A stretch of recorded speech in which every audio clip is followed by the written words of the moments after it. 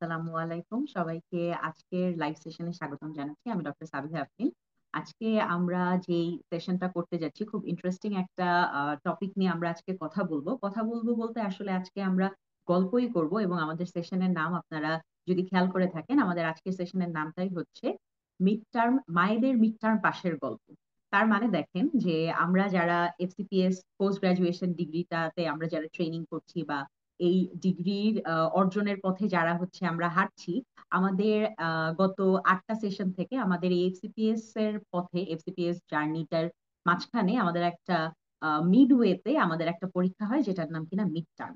এখন এই মিড টার্মটার আসলে মানে বলতে গেলেই প্রথমে যেটা মনে পড়ছে যে এর আগে আপনারা খেয়াল করবেন, মিড টার্মটা চালু হওয়ার আগ পর্যন্ত আমাদের যেমন এফসিপিএস পার্ট 1 আপনি পরীক্ষাটা এন্ট্রান্স পরীক্ষা দিবেন, একদম দরজা জানালা বন্ধ করে আপনি পার্ট 1 এর জন্য পড়লেন, 6 মাস পড়ার পর আপনি পরীক্ষা পাশ করলেন আলহামদুলিল্লাহ। 5 বছর ট্রেনিং করলেন, ট্রেনিং করার পরে আবার হচ্ছে আপনি লাস্টের 1 ইয়ার আপনি কোর্সে জয়েন করলেন, অথবা নিজের মতন পড়াশোনা করলেন, করে আপনি পার্ট 2 পরীক্ষা দিলেন, পরীক্ষা পাশ হয়ে গেল, ভেরি গুড, আমাদের পোস্ট গ্রাজুয়েশন ডিগ্রি কমপ্লিট। কিন্তু এখন আমাদের যে সিস্টেমটাতে আমরা এখন আবদ্ধ হয়ে গেছি, সেটা হচ্ছে যে এই ট্রেনিং এর মাঝখানে 2 বছর ট্রেনিং করে আপনাকে মিড টার্ম নামক একটা পরীক্ষাতে বসতে হবে মাঝপথে, যেটা কিনা আপনি যখন ট্রেনিং করছেন, ট্রেনিং এর মাঝপথে, ট্রেনিং এর পাশাপাশি কিন্তু আপনাকে এই পরীক্ষার জন্য প্রিপারেশন নিতে হবে, পড়তে হবে, এবং পরীক্ষা অ্যাটেন্ড করতে হবে। এখন অন্যান্য সব ফ্যাকাল্টির কথা আমরা এখানে বলছি না, আমরা আজকে বলছি শুধু অবস অ্যান্ড গাইনি, এই ডিসিপ্লিনটা নিয়ে আজকে আমরা যারা আহ, একদম সদ্য মিড টার্ম আপুরা যারা পাশ করেছেন এইবার জানুয়ারি 2025 সেশনে, আমরা তাদের সাথে আজকে কথা বলবো যে এই মিড টার্ম যখন আপনারা পরীক্ষা দিবেন, বা হচ্ছে গিয়ে যারা দিয়েছেন মিড টার্ম পরীক্ষাটা দেওয়ার সময়, আমাদের যেমনটা কিনা ট্রেনিংটাকেও আপনার যেমন কিনা কন্টিনিউ করতে হয়, যেটা কিনা আমরা জানি যে ওবিজিওয়াইএন এর আমাদের যে ট্রেনিংটা থাকে, কি পরিমাণে হেক্টিক ট্রেনিং আমাদেরকে করতে হয়, কি পরিমাণে কাজ করতে হয়, একদম দুই পায়ের উপরে দাঁড়ায় আপনি 12 ঘন্টা, 14 ঘন্টা, 16 ঘন্টা আপনি টানা ডিউটি করছেন, কাজ করছেন, দৌড়চ্ছেন। মানে একটা দণ্ড যে আপনি বসবেন, বিশ্রাম নেবেন, এই সুযোগটাও পাওয়া যায় না। এছাড়া এমার্জেন্সি তো আছেই, নর্মাল ডিউটি আপনাকে রোস্টার ডিউটি তো করতে হবেই। তার মানে দেখেন, এই যে এত কঠোর পরিশ্রমের একটা ট্রেনিং, সাথে কিনা আপনাকে আরেকদিকে যেমন এই ডিগ্রির জন্য মাঝপথে আপনার এই মিড টার্মের জন্য প্রিপারেশন নিতে হবে, সাথে আরেকটা জায়গা যেটা কিনা অনেক অনেক বেশি ইম্পর্টেন্ট, আপনার যেমন কিনা এই ডিগ্রিটা ইম্পর্টেন্ট, সিমিলারলি আপনার আরেকটা পার্ট অফ লাইফ যেখানে কিনা আপনাকে আপনার ফ্যামিলিটা মেনটেন করতে হচ্ছে। আপনাকে ফ্যামিলির সমস্ত দায়িত্ব আপনি, আপনাকে অ্যাজ আ ওয়াইফ আপনাকে যেমন কিনা হচ্ছে গিয়ে মেনটেন করতে হচ্ছে, অ্যাট দি সেম টাইম আপনার বাচ্চা কাচ্চা যার কিনা কমপ্লিট দায়িত্বটাই মোর অর লেস কিন্তু আমাদের মতন দেশে মোর অর লেস মায়ের উপরেই বর্তাচ্ছে। তার মানে আপনার এক সাইডে যেমন কিনা হচ্ছে পড়াশোনা চলছে, ট্রেনিং চলছে, আরেক সাইডে আপনার চলছে ফ্যামিলির সমস্ত রেসপন্সিবিলিটি। এই দুটো জিনিস আসলে একসাথে মেনটেন করা যে কি পরিমাণে কষ্ট, তা বোধহয় আসলে এই ওবিজিওয়াইএন এর ফ্যাকাল্টির যারা হচ্ছে ট্রেনিং করছেন, ট্রেনি আছেন, পরীক্ষা দিয়েছেন, তাদের থেকে বেটার আর কেউই বলতে পারবে না। তো আমি অনেক বেশি আসলে ভূমিকার কথাবার্তা বলে ফেললাম। চলেন আমরা চলে যাব আমাদের সেশনটার মূল পর্বে, যেখানে কিনা আমরা এই ট্রেনিং এর মধ্যে দিয়ে কিভাবে কষ্ট করে আপনারা পড়াশোনা করতে হবে, এবং কিভাবে এট দি সেম টাইম আপনার ফ্যামিলি আপনি মেনটেন করে দুটোকে একই সাথে আপনি পাশাপাশি চালাই যাবেন, এবং হচ্ছে গিয়ে মিড টার্মে আপনি সফল কাম হবেন। এই গল্পগুলোই আজকে আমরা শুনবো। আমাদের সাথে যে অতিথিরা আজকে আছেন, যারা কিনা সদ্য মিড টার্ম পাস করেছেন জানুয়ারি 2025-এ, প্রথমেই তাদেরকে অনেক অনেক কংগ্রাচুলেশন। আরো আর এক দফা যে আপু, আপনারা এত কষ্ট করে এই দুটো জিনিসই, দুটো ফ্যাক্টরি আপনার লাইফের পাশাপাশি চালিয়ে আজকে আপনারা মিড টার্ম পাস করে গিয়েছেন আলহামদুলিল্লাহ। সো আসেন আমরা হচ্ছে গিয়ে সেশনের মূল পর্বে চলে যাই, এবং আমাদের সাথে 4 জন আপু আজকে আছেন। আমাদের সাথে আছেন ডক্টর সিরাজুম মনিরা রহিম আপু, আমাদের সাথে আছেন ডক্টর ফাহিমা শারমিন হোসেন আপু, ডক্টর তানজিনা তানজিনা ইসলাম নিতু আপু, এবং ডক্টর মুনিরা আক্তার আপু। আসেন আমরা প্রথমেই চলে যাব ডক্টর সিরাজুম মনিরা রহিম আপুর কাছে। যে আপু, আপনি একটু আমাদের সাথে শেয়ার করবেন যে আপনার এই পড়াশোনা, ট্রেনিং এবং ফ্যামিলি সবকিছু মেনটেন করে আপনি কিভাবে আসলে সবগুলাকে একসাথে মেনটেন করে সাকসেসফুল হয়ে এসেছেন এই জানুয়ারি 2025 সেশনে। সিরাজুম মনিরা আপু। সিরাজুম আসসালামু মনিরা আপু, আলাইকুম আপু। ওয়ালাইকুম আসসালাম আপু, কেমন আছেন আপু? আপু আলহামদুলিল্লাহ, আপনার ভালো আছেন? আলহামদুলিল্লাহ আপু। শোনা খুব যাচ্ছে ভালো ঠিক করে লাগছে। না আপু? হ্যাঁ আপু, শোনাও যাচ্ছে, আপনাকে দেখাও যাচ্ছে, খুব মিষ্টি লাগছে মাশাল্লাহ। থ্যাংক ইউ আপু। আলহামদুলিল্লাহ। এখন বিষয়টা হচ্ছে, আলহামদুলিল্লাহ আল্লাহ তাআলা পাশ করায় দিয়েছেন, এটা হচ্ছে সব থেকে বড় বিষয়। উনি হয়তোবা পাশ না করালে আমার পক্ষে পাশ করা কঠিন হতো, বা হয়তোবা পাশ করতে পারতাম না। এটা হচ্ছে প্রথম কথা। আলহামদুলিল্লাহ, আল্লাহ পাকের কাছে কোটি কোটি শুক্রিয়া। এখন বিষয়টা হচ্ছে এই জার্নিটা খুব একটা সহজও না, আবার একদম অসম্ভব এমন কিছুও না। তাহলে কিভাবে এই জার্নিটা আমরা পার করি বা করেছি, আহ, এটা আসলে কথায় বলা খুব কঠিন, তা আমি চেষ্টা করব বলে কিছুটা আমার অভিজ্ঞতা শেয়ার করার।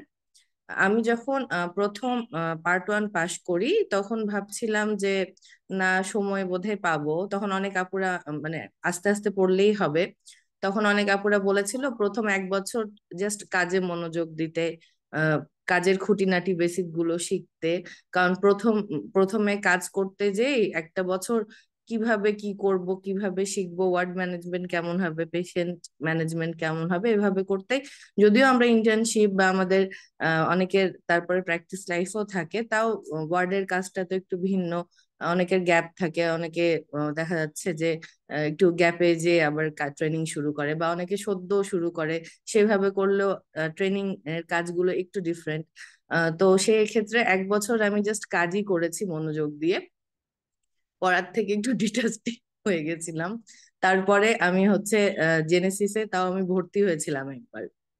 মানে আমার মিড টার্ম ছিল 2025-এর জানুয়ারি। সেক্ষেত্রে তো আমি একবার জেনেসিসে ভর্তি হয়েছিলাম, তার আগেও একবার আমি ভর্তি হয়েছিলাম জাস্ট ক্লাসগুলা একটু শোনার জন্য প্রথমবার। সেবার তাও ক্লাসগুলো কোনো রকম শুনে কন্টেন্ট গুলো আমার কাছে ছিল।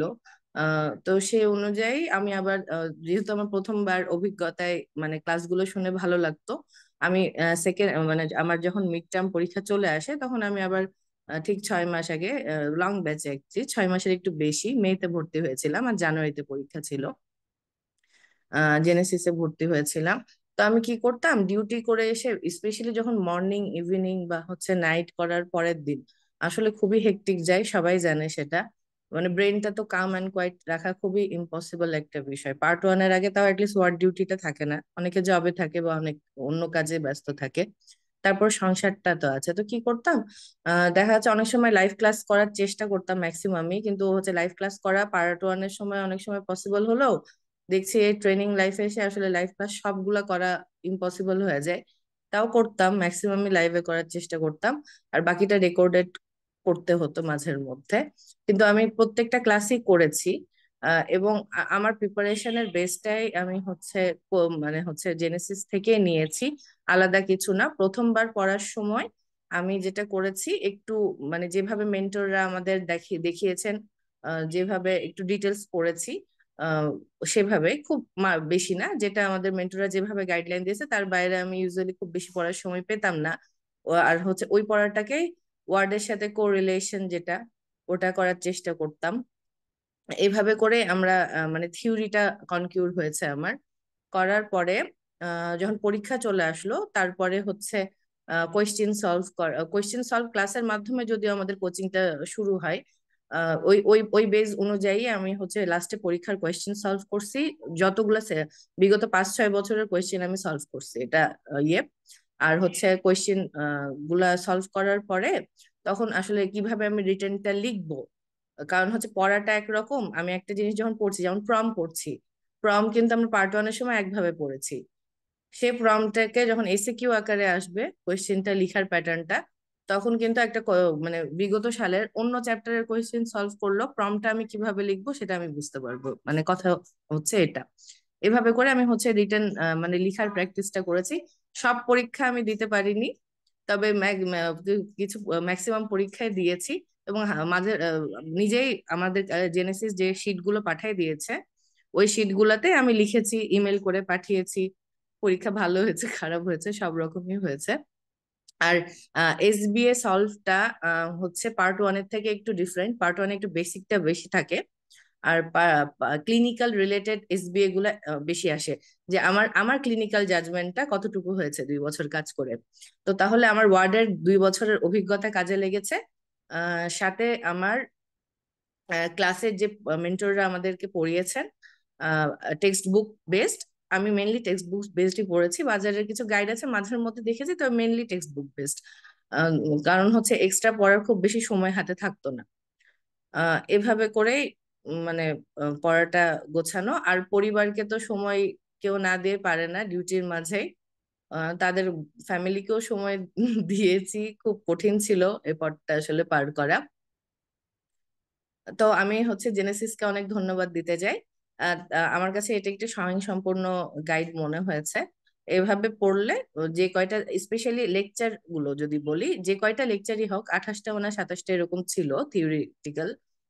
তো সেক্ষেত্রে যে টপিক অনুযায়ী হচ্ছে লিস্টেড ছিল চ্যাপ্টার গুলা, এক একটা লেকচারে 4-5টা করে চ্যাপ্টার এরকম। তো আমি হচ্ছে পরীক্ষার 1 মাস আগেও ঠিক ওই লিস্টটা ধরেই চ্যাপ্টার গুলো পড়েছি, এবং সেটা যথেষ্ট সাজানো গোছানো। এবং এভাবে পড়লে রিভিশনটাও একটু ইজি হয়। তো এভাবে পড়া। আর এমআরসিওজির কিছু বুক মেন্টররা সলভ করতে বলতেন, সব কোয়েশ্চেন সলভ করা আসলে সময় সাপেক্ষ, অতটা সম্ভব হয়নি। তবে দেখেছি, কিছু দেখেছি। তো আলটিমেটলি এভাবে কোরিলেশন করে পেরেছি। আর পরীক্ষা দিতে যে যেটা অনুভূতিটা হয়েছে, যে আপনার ওয়ার্ডের যে কাজ আপনার 2 বছরের, সেটা কিন্তু আপনাকে অনেক হেল্প করবে। আপনি তো থিওরি পারেন ঠিক না, কিন্তু আপনি ওয়ার্ডে রুগীটাকে কিভাবে অ্যাসেস করেছিলেন, ওরকম কিছু জিনিস আপনার গাইনি বলেন, অবস্টেট্রিক্স বলেন, এই জিনিসগুলো আপনাকে একদম ওখানে খুব হেল্প করবে। তখন আপনি বুঝতে পারবেন না আপনার কাজটা পুরোপুরি বিফলে যায়নি, আপনার কাজটাও একটা পড়া বা অভিজ্ঞতা। যেমন আমি একটা ছোট্ট উদাহরণ দিই, যেমন হচ্ছে কল্পোস্কোপি রিলেটেড পড়াটা আমার খুব বেশি ডিটেলসে ছিল না। তো একটা কোয়েশ্চেন ছিল, আনস্যাটিসফ্যাক্টরি কল্পোস্কোপি বলতে কি বোঝায়, সরি আনস্যাটিসফ্যাক্টরি, হ্যাঁ এরকম একটা কোয়েশ্চেন ছিল সম্ভবত।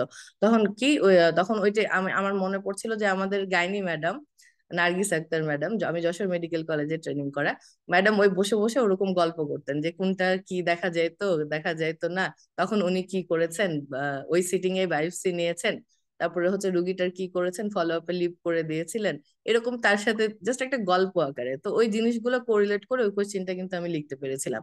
তো আপনারা এই যে ম্যাডামদের 2-4টা যে একটা গল্প শুনবেন তাদের কাজের, এটাও আপনার পরীক্ষার একটা কোয়েশ্চেনের অ্যান্সার হয়ে যেতে পারে। তো মানে কখনো কোনো কাজকে ছোট করে দেখা যাবে না। ওয়ার্ডের সব কাজই খুব মনোযোগ দিয়ে করে আমি আলহামদুলিল্লাহ বেনিফিটেড হয়েছি যতটুকু পেরেছি। আপনারাও হবেন আশা করি। আর গাইড হিসেবে জেনেসিস আমার অনেক উপকার করেছে। জেনেসিসের যে কোয়েশ্চেনের সলভ শিট গুলা থাকে প্রত্যেকটা পরীক্ষার, সেগুলো আমি পরীক্ষার আগে একবার করে রিডিং দিয়েছিলাম, এবং ওটা অনেক হেল্প করেছে আমাকে কোয়েশ্চেনের প্যাটার্ন বোঝার জন্য এবং লেখার জন্য। অনেক অনেক ধন্যবাদ। আহ দোয়া করি আগামীতে যারা মিড টার্ম পরীক্ষা দিবেন এভাবে আপনাদের পথ আল্লাহ পাক সহজ করে দিবেন। সর্বোপরি মহান আল্লাহ পাক এবং জেনেসিসের কাছে অনেক শুকরিয়া। আসসালামু আলাইকুম।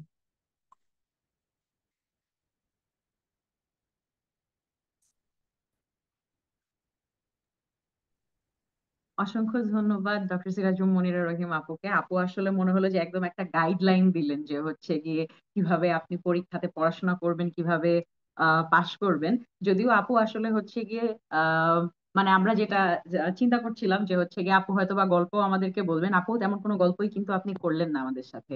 আপনি হচ্ছে গিয়ে শুধু আমাদেরকে গাইডলাইন্সই দিলেন যে হচ্ছে আমরা কিভাবে পাশ করব, কিভাবে পড়াশোনা করব। আপুকে আমার মনে আছে, আপু হচ্ছে গিয়ে সবগুলা লাইভ ক্লাসে, আমার যতগুলা লাইভ ক্লাসে হচ্ছে গিয়ে আমি দেখতাম আপুকে, সবসময় দেখতাম যে সিরাজুম মনিরা রহিম আপু হচ্ছে গিয়ে ক্লাস করছেন। খুব একটা আপু কথা বলতেন না ক্লাসের মধ্যে, কিন্তু আপুকে মানে হচ্ছে গিয়ে সবসময় মোরাললেস আমি রেগুলারলি দেখতাম যে আপু ক্লাস করছেন। তো আপু অনেক অনেক অসংখ্য ধন্যবাদ সিরাজুম মনিরা আপু, আপনার এক্সপিরিয়েন্স এবং হচ্ছে গিয়ে সাজেশন আমাদের সাথে শেয়ার করার জন্য, এবং যারা পাশ করবেন তাদেরকে এত সুন্দর করে গাইডলাইন্স বুঝিয়ে দেওয়ার জন্য। আমাদের আপু পরীক্ষার গল্পটা কেন জানি পরীক্ষাময় হয়ে যায় সব সময়, আমি চেষ্টা করি একটু অন্যভাবে করার, পারি না, সরি। হ্যাঁ, আপু পুরো একদম গল্পটাও বললেন যে হচ্ছে গিয়ে এরকম আসছিল কল্পোস্কোপির এই অ্যাবনর্মাল ফাইন্ডিংস এইগুলো এগুলা, মানে হচ্ছে গিয়ে আপু গল্পও করেছেন, কিন্তু সেটা হচ্ছে একদম খুব স্ট্রিক্টলি পরীক্ষা রিলেটেড, যে একদম পরীক্ষার মধ্যে এটা আসছিল, আপনি সুন্দর মতন হচ্ছে ট্রেনিং করবেন, ট্রেনিং এ মনোযোগ দিবেন, ওগুলো আপনি কমনলি পাবেন। যাক আলহামদুলিল্লাহ, আপু অনেক সুন্দর গাইডলাইন্স দিলেন। যারা জুলাই 2025-এ বসবেন বা আগামীতেও যারা বসবেন, আপু কিন্তু সুন্দর মতনই বলেছেন যে আপু হচ্ছে কি কিন্তু 6 মাস খুব সিনসিয়ারলি পড়াশোনা করেছেন, এবং আগের থেকে যেটা আপু করেছিলেন যে হচ্ছে কি আপু একটু ওরিয়েন্টেড ছিলেন পড়াশোনাটার সাথে, যেটা কিনা আমাদের আসলে ট্রেনিং করার মাঝখানে ওরিয়েন্টেশনটা খুব জরুরি হয়, যেহেতু আমরা পড়াশোনা থেকে অনেক দিন দূরে থাকি এবং হঠাৎ করে বইটা ধরলেও তখন দেখা যায় যে একটু মানে বইটা গুছায় আনতেও সময় লাগে, যে ও আচ্ছা এই বইতে এতগুলা চ্যাপ্টার আছে, আমাকে এত এত জিনিস পড়তে হবে। হঠাৎ করে দেখলে তখন দেখা যায় যে ভয় লাগে। সো আগের থেকে আপু একটা মেন্টাল প্রিপারেশনের কথা আমাদেরকে জানিয়েছেন, যেটা কিনা ভেরি সিগনিফিক্যান্ট। অনেক ধন্যবাদ সিরাজুল মনিরা রহিম আপুকে, আপুর এক্সপিরিয়েন্স এবং হচ্ছে সাজেশন, ভ্যালুয়েবল সাজেশন আমাদের সাথে শেয়ার করার জন্য। আমরা সেকেন্ডে আমাদের আরেকজন খুব আমার পার্সোনালি খুব পছন্দের একজন মানুষ, আমার মেন্টার বলা যাবে, যে হচ্ছে গিয়ে আমার ওয়ার্ডে ক্লিনিক্যালি আমার মেন্টার, ডক্টর ফাহিমা শারমিন হোসেন আপু আছেন আমাদের সাথে। ফাহিমা আপু কি শুনতে পাচ্ছেন আমাকে? হ্যাঁ, শুনতে পাচ্ছি। সালামু আলাইকুম আপু। হ্যাঁ, ওয়ালাইকুম সালাম। অনেক সুন্দর লাগছে আপু আপনাকে। Thank you. তোমার কাছ থেকে ইন্সপায়ার্ড হয়ে হচ্ছে সাজগুজু করে বসছি আর কি। আপু ওয়েলকাম আমাদের আজকের লাইভ সেশনে আপনাকে। আমরা হচ্ছে গিয়ে আজকে যেই কারণে বসেছি, আপু আপনার কাছে জানতে চাই, আমি যেহেতু বললাম যে হচ্ছে গিয়ে আপু পার্সোনালি আমার খুব পছন্দের মানুষ, আমরা জানি আপু যে হচ্ছে গিয়ে আপনি তিনটা বাচ্চা আলহামদুলিল্লাহ সামলায়, এবং হচ্ছে আপনি এত সুন্দর করে সবকিছু অর্গানাইজ করে গুছায়, একদিকে যেমন সংসার সুন্দর করে গুছায় আপনি মেনটেন করেন, আরেকদিকে আপনার পড়াশোনা এবং ক্লিনিক্যাল নলেজ। তো আপু আপনি আপনার ভ্যালুয়েবল সাজেশন বা এক্সপিরিয়েন্স আপু আপনাদের সাথে একটু যদি শেয়ার করতেন, যে হচ্ছে গিয়ে কিভাবে আসলে আমরা মেনটেন করব, বা আপনি কিভাবে আসলে এই কাজগুলো করেছেন। তাহিমা আপু। ওকে, আসসালামু আলাইকুম এন্ড ভেরি গুড ইভিনিং। আহ প্রথমেই জেনেসিসকে ধন্যবাদ। মানে আমার এই টাইটেলটা খুব পছন্দ হয়েছে, যে মায়েদের যে আসলে হচ্ছে জার্নিটা খুব কঠিন হয় বা একটু ডিফারেন্ট হয়, ডিফিকাল্ট হয় অন্যদের তুলনায়, সেই জিনিসটা ওরা মাথায় রেখে এই যে আলাদা একটা সেশন এনকারেজ হোক বা হচ্ছে গিয়ে এই গল্পগুলা দিয়ে অন্যদেরকে হেল্প করার জন্য হোক, এই আয়োজনটা করার জন্য এবং সেখানে আমাকে ডাকার জন্য জেনেসিসকে ধন্যবাদ। তো আহ, আমার আসলে হচ্ছে গিয়ে আমি একটু, আচ্ছা সাবিহা, এখানে কি সময়ের কোনো ইয়ে আছে নাকি আমি একটু স্লোলি বলবো? না আপু, আমাদের কোনো অসুবিধা নাই, আমরা মানে অল আপ ফর গল্প, আমরা গল্প করতেই বসছি, আপনি আরাম করে সময় নিয়ে বলেন, কোনো সমস্যা নেই। আচ্ছা, ঠিক আছে, থ্যাংক ইউ। তো যেটা হচ্ছে গিয়ে যেহেতু যে যে কথাগুলো বলতে এসেছি সেগুলাই হচ্ছে গিয়ে বলি প্রথমে। মিড টার্ম পরীক্ষাটা তো হলো গিয়ে, আমার যেহেতু আগে ডিজিও করা ছিল, তো হচ্ছে আমার 1 বছর কাউন্ট ছিল। আমার জাস্ট মানে ট্রেনিং এ ঢুকেই ট্রেনিংটা বুঝতে বুঝতেই দেখলাম যে 6 মাস চলে গেল। তারপরে হচ্ছে গিয়ে সিএশিপ এর কঠিন একটা প্যারার মধ্যে পড়ে গেলাম। তারপরে হচ্ছে গিয়ে মনে হলো যে আমার তো আর মাত্র 7-8 মাস হাতে আছে, আমার হচ্ছে মিড টার্ম পরীক্ষা। তো আমি হলো গিয়ে ওই সময়টাতে হুট করে জেনেসিসের একটা অ্যাড দেখলাম যে হলো গিয়ে মিড টার্মের একটা লং ব্যাচ স্টার্ট হচ্ছে, তো সেখানে হলো গিয়ে অফলাইনে ক্লাস হবে। ওটা দেখে আমি জেনেসিসে হচ্ছে গিয়ে কমিউনিকেট করে ভর্তি হই। তো প্রথম 2টা অফলাইনের ক্লাস আমি সরাসরি অফলাইনে গিয়েই করেছিলাম। কিন্তু করার পরে যেটা হলো যে ডেটটা চেঞ্জ হয়ে গেল, আর আমাদের হচ্ছে অ্যাডমিশন পোস্ট অ্যাডমিশন ডেতেই ম্যাক্সিমাম ক্লাসগুলো পড়তো। তো হচ্ছে গিয়ে আর আমি এত টায়ার্ড থাকতাম যে কোনোভাবেই হলো গিয়ে ওই ক্লাসগুলো আমি সরাসরি গিয়ে আর অ্যাটেন্ড করতে পারিনি। তো এই করতে গিয়ে তারপরে ক্লিনিক্যাল বিভিন্ন হচ্ছে গিয়ে যেহেতু ঝামেলা থাকতো, ওয়ার্ডের অনেক ইয়ে ছিল, সবকিছু মিলে আমি আর ক্লাসগুলা প্রথম 2টা ক্লাস করার পর আর ক্লাসে এত মানে রেগুলার হতে পারিনি। তো এইভাবে 1-1.5 মাস পরে যাওয়ার পর দেখলাম যে হচ্ছে গিয়ে আসলে ঠিক ক্লাসের মতো করে হলো গিয়ে যাওয়া যাবে না, আমাকে আমার মতো করে একটা সেট আপ তৈরি করতে হবে। তো সেই সেট আপের গল্পটাই বলবো। তো সেই সেট আপের গল্পের মধ্যে প্রথম যে বিষয়টা সেটা হচ্ছে গিয়ে আমরা মেয়েরা সবসময় আমাদের হচ্ছে গিয়ে একটা প্রায়োরিটি লিস্ট তৈরি করে ফেলি, যে হলো গিয়ে আমরা কোনটাকে প্রায়োরিটি দিব জীবনের প্রত্যেকটা স্টেজে। আমার অন্যান্য পরীক্ষাগুলোর চেয়ে বা আগে যে পরীক্ষাগুলো আমরা দিয়েছি সেগুলোর চেয়ে এখনকার পরীক্ষাগুলোর যে পার্থক্য সেটা হচ্ছে, তখন আমরা পিওরলি স্টুডেন্ট থাকতাম, পড়াশোনাটাই মেইন ছিল, ওটাই ফার্স্ট প্রায়োরিটি ছিল। কিন্তু এখন আমাদের ফার্স্ট প্রায়োরিটি হচ্ছে গিয়ে ফ্যামিলি, দেন হচ্ছে আমরা যারা চাকরি করছি ট্রেনিং এ আছি সেটা, থার্ড হচ্ছে গিয়ে যদি আমরা কেউ চেম্বার করে থাকি সেই চেম্বারের রেসপন্সিবিলিটি, তারপরে হচ্ছে গিয়ে পড়াশোনা। পরীক্ষার সময় এই পড়াশোনাটা হলো গিয়ে আমাদের হয়তো সেকেন্ড বা থার্ড লিস্টে চলে আসে, কিন্তু ফ্যামিলি বা বাচ্চা কাচ্চা এটা তো সবসময় ফার্স্ট প্রায়োরিটি থাকে। তো অনেকেই আমরা ভাবি বা অনেকেই কমপ্লেন করি, আমি যেহেতু আমার ইউনিটে বেশ সিনিয়র, তো আমাকে অনেক পিচ্চিরাই বলে যে আপু শাশুড়ি হেল্প করে না, মা হেল্প করে না, হাজবেন্ড হেল্প করে না, কি করব।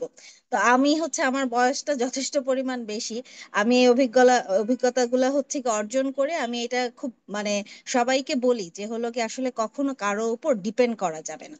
সব সময় হচ্ছে কি নিজের যে সক্ষমতা আছে, নিজের যা আছে, আমার যা আছে, আমার এইটুকুর মধ্যেই আমাকে হচ্ছে গিয়ে ওই সক্ষমতাগুলোকে সর্বোচ্চ ব্যবহার করে আমার জন্য হচ্ছে গিয়ে আমার টাইম বের করে নিতে হবে। তো আমার সক্ষমতাগুলো কি কি সেটা সবার আগে ফাইন্ড আউট করতে হবে। যেমন আমার ক্ষেত্রে এই পরীক্ষাটার সময় যে সক্ষমতাগুলো ছিল সেটা হলো গিয়ে আমার বাচ্চারা বেশ বড় হয়ে গিয়েছে, এবং যেহেতু হলো গিয়ে জানুয়ারি মাসে পরীক্ষা হয়েছে, ডিসেম্বরের ফার্স্ট উইকে ওদের সবার পরীক্ষা শেষ হয়ে গিয়েছিল। সো আমি এই জায়গাটায় হচ্ছে গিয়ে একটু বেশি টাইম পেয়েছি। আর 2 নাম্বার যেটা ছিল সেটা হলো গিয়ে আমি একটা ভালো হেল্পিং হ্যান্ড পেয়েছিলাম, যে হলো গিয়ে মোটামুটি আমার সংসারটাকে বেশ ভালো মানে কন্ট্রিবিউশন করেছে, যার কারণে আমি পড়াশোনার সময়টা একটু বেশিই পেয়েছি। তো এই 2টা সক্ষমতা আমার ছিল, যেটা আমার অন্যান্য আরো অনেক পরীক্ষায় ছিল না। আর দুর্বলতা যেগুলো ছিল সেটার মধ্যে সবচেয়ে বড় দুর্বলতা ছিল আমি যেহেতু সিএ শিফট করতাম, আমাকে প্রচুর মানে হচ্ছে গিয়ে অ্যাডমিশন নন অ্যাডমিশনের পরেও হলো গিয়ে আমাকে অনেক বেশি ওয়ার্ডে সময় দিতে হতো, সব সময় ওয়ার্ডে কমিউনিকেট থাকতে হতো, যে কোনো ইমার্জেন্সিতে দৌড়ে যেতে হতো, এবং ওই স্ট্রেসটা নিতে গিয়ে পড়াশোনাটা দেখা গেল যে পড়তে বসছি তখন হচ্ছে একটা পেশেন্ট খারাপ হয়েছে, এটা নিয়ে আমি টানা কমিউনিকেট করতে করতে আর ওই পড়াটা হয়নি।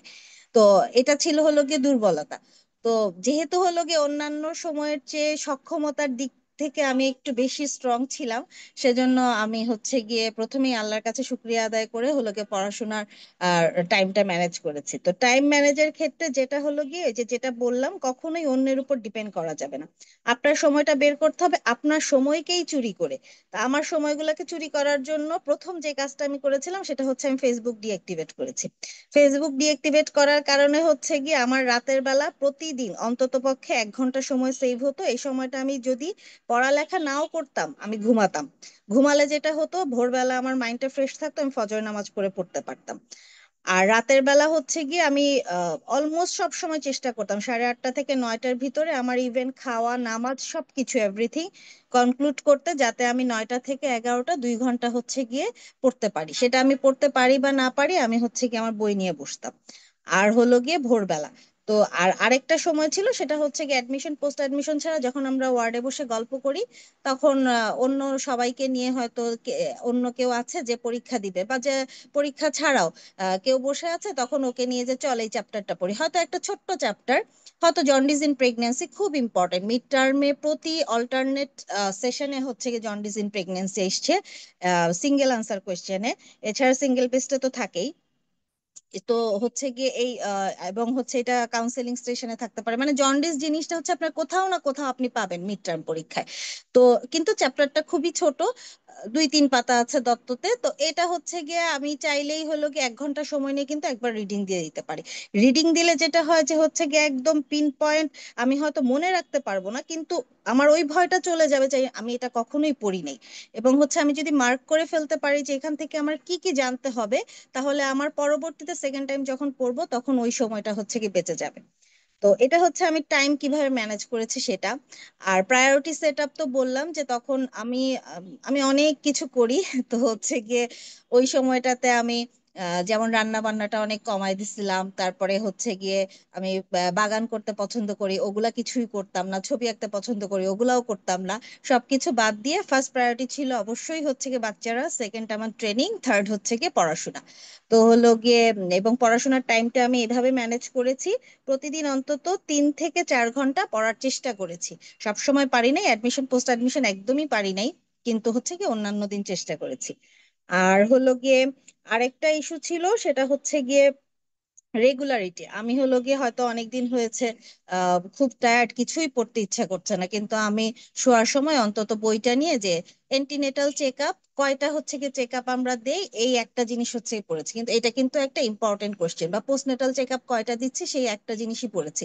এটা পড়তে হয়তো আমার 10 মিনিট লেগেছে, কিন্তু এই 10 মিনিটের কিন্তু আমার হচ্ছে গিয়ে অন্তত পক্ষে আপনার যে কয়টা সেগমেন্টে পরীক্ষা হয় সেখানে কোথাও না কোথাও আপনি 5-এর অ্যান্সার পেয়ে যাবেন। তো এই রকম হচ্ছে গিয়ে এভাবে করে হলো গিয়ে মোটামুটি রেগুলার থাকার চেষ্টা করেছি। আর বইয়ের ব্যাপারে হলো গিয়ে আমি সবসময় হলো গিয়ে একটু মেইন বইটা পড়তে চাই, এই জন্য যে হলো গিয়ে কনফিডেন্স লেভেলটা আমার ক্ষেত্রে মানে আমার ভালো থাকে। আমি যদি আম, সেজন্য আমি দত্তটাই মেইনলি পড়েছি। এমআরসিওজি দুই একটা বই আমি কিনেছিলাম সিঙ্গেল বেস্টের জন্য, কিন্তু এগুলা সত্যিকার অর্থে আমি পড়তে পারি নাই। আর আমার কাছে আরেকটা জিনিস মনে হয়েছে, জেনেসিসের যে কোয়েশ্চেন গুলা করে মেন্টররা, ওরা হচ্ছে কি এত মানে সিনসিয়ারলি কোয়েশ্চেন গুলা করে যে ওই কোয়েশ্চেন গুলা যদি সলভ করা হয় বা ওই কোয়েশ্চেন গুলা যদি হচ্ছে কি আমরা রেগুলারলি দেখি, তাহলে আসলে এমআরসিওজি সেকেন্ড পার্টের যে বইগুলো ওগুলো আলাদাভাবে দেখার দরকার নেই। স্পেশালি হচ্ছে কি রিভিউ এক্সাম এবং হচ্ছে মক টেস্টের যে এক্সাম গুলো, বড় বড় যে পরীক্ষাগুলো হচ্ছে, এগুলোতে মোটামুটি এমআরসিও যে যেই জায়গাগুলো থেকে কোয়েশ্চেন আসে সেই জায়গাগুলো ওরা কাভার করে দেয়। আর আরেকটা বিষয় আমি হচ্ছে গিয়ে ওই যে বললাম আমি রেগুলার ক্লাস করতে পারতাম না, তখন আমার যেটা হতো আমি হচ্ছে গিয়ে রেগুলার সলভ ক্লাসটা করতাম। রাতে ঘুমানোর সময় আমি হচ্ছে গিয়ে সলভ ক্লাসটা অন করে তারপরে হচ্ছে গিয়ে শুয়ে পড়তাম। তো দেখা যেত যে সলভ ক্লাসে সবসময় এই যে এমসিকিউ এর পোর্শনটা শুনতে শুনতে দেখা গেল যে পাঁচটা শুনেছি, ছয়টা শুনেছি, তারপরে ঘুমিয়ে গিয়েছি, কিন্তু হচ্ছে গিয়ে ওই ছয়টাই আমার কাজে আসছে। মানে আমি কখনো যে আমাকে একদম এটা শেষ করে ফেলতে হবে, ওই টাইমটা না হলে আমি পড়তেই পারবো না, এরকম করে নেই। যখন যেখানে টাইম পেয়েছি তখন সেখানে হচ্ছে কি অল্প অল্প করে পড়ার চেষ্টা করেছি। এটা একটা। আর আরেকটা বিষয় ছিল যে হলো আহ, যখন পড়তে ভালো লাগতো না বা কঠিন কোনো টপিকস, যে টপিকস গুলো হচ্ছে গিয়ে আসলে খুব বোরিং, যেমন একটা হচ্ছে গিয়ে ইউরোগাইনোকোলজিক্যাল চ্যাপ্টারটা, তারপরে হচ্ছে গিয়ে প্রোলাপস, এই ধরনের চ্যাপ্টার গুলো একদমই পড়তে ভালো লাগে না। তো এই ধরনের চ্যাপ্টার গুলো আমি সব সময় দেখা যেত যে ক্লাসটা সাথে নিয়ে হয়তো ক্লাসটা 10 মিনিট করলাম, ওই 10 মিনিট যা যা বলেছে মেন্টর সেটাই আমি আবার হচ্ছে রিডিং করে আবার নেক্সট 10 মিনিটে গেলাম, এভাবে করে মানে মেন্টরকেই হচ্ছে গিয়ে রেকর্ড ক্লাসে আমার রিডিং পার্টনার বানিয়ে পড়ার চেষ্টা করেছি, তারপর নিজের মতো করে শর্ট করে গুছিয়ে নিয়েছি।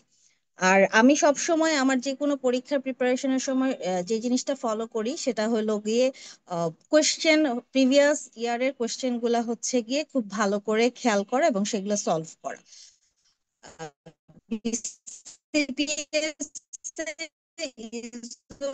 একদম কোশ্চেন রিপিট না হলে একদম মানে কোয়েশ্চেন গুলো আমি কোনো জিনিসই খুব বেশি বার রিভাইজ করতে পারি নাই, কিন্তু হলো গিয়ে 5 বছরের যে কোয়েশ্চেন এটা আমি অসংখ্যবার রিভাইজ করেছি। আর মিড টার্মের পরীক্ষাটা আমার কাছে একটু ডিফিকাল্ট এই জন্য মনে হয়েছে, যখন আমরা পার্ট ওয়ান পরীক্ষা দিই তখন ছিল যে শুধু সিঙ্গেল বেস্ট আনসার। তো সিঙ্গেল বেস্ট আনসারের একটা সুবিধা হচ্ছে ওখানে আপনার যদি কনসেপশন ক্লিয়ার থাকে, আপনি একদম মুখস্থ না জানলেও একটা অ্যান্সার যদি একদম মুখস্থ জানেন না কিন্তু আপনার কনসেপশনটা ক্লিয়ার, সেক্ষেত্রে কিন্তু ওইখানে 5টা অপশন থেকে আপনি অ্যান্সারটা চুজ করে ফেলতে পারবেন। মিড টার্মে এটা আপনাকে করতেই হবে, কনসেপশন ক্লিয়ার করতেই হবে, তার সাথে যেটা করতে হবে আবার সিঙ্গেল অ্যান্সার কোয়েশ্চেনের জন্য আপনাকে হচ্ছে গিয়ে একদম টু দা পয়েন্ট মুখস্থ রাখতে হবে কিছু জিনিস। কারণ সিঙ্গেল অ্যান্সার কোয়েশ্চেনটাতে হচ্ছে গিয়ে আপনার সবচেয়ে চ্যালেঞ্জিং যে বিষয়টা হয় সেটা হচ্ছে টাইম ম্যানেজমেন্ট। আপনি যদি হলো গিয়ে মোটামুটি তো আমরা 20টা কোয়েশ্চেনে অ্যান্সার দিই, তো 20টা কোয়েশ্চেনে অ্যান্সারে আপনি এভারেজ হচ্ছে গিয়ে 8.5 থেকে 9 মিনিট করে পাওয়া যায় পার কোয়েশ্চেনে। এখন ওখানে আসলে প্রতিটা কোয়েশ্চেনে যদি আমাকে চিন্তা করে অ্যান্সার করতে হয়, তাহলে অ্যান্সার করাটা খুব কঠিন হয়ে যায়, মানে সময়টা মানে ম্যানেজ করা যাবে না।